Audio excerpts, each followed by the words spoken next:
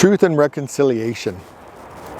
I don't think it's an accident that the Canadian government is founding a movement based on truth and reconciliation, because that's what we have been pushing for decades and decades, that Canada, the provinces, take a look at the truth, take a look at documentation, take a look at history, and how many courts all across these lands have told Canada, here's the truth, act aligned with this truth.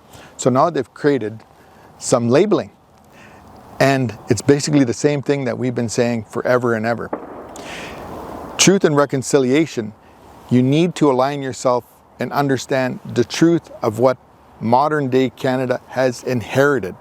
And based on what that truth is, you need to reconcile it with that truth, not the modern truth of all of these assumed jurisdictions.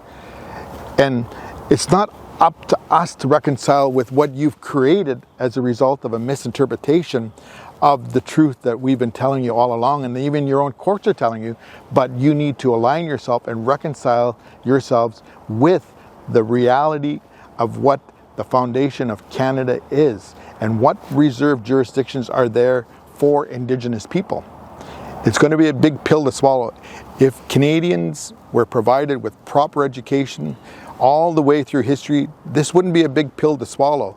The true relationship that Indigenous people should and can and will have in the future.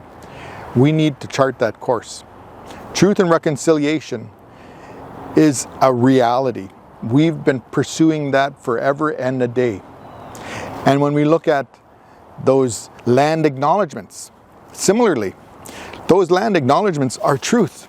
But when you acknowledge that we are there, or were there, you need to also in the same breath say, you're here today and you're going to be here in the future.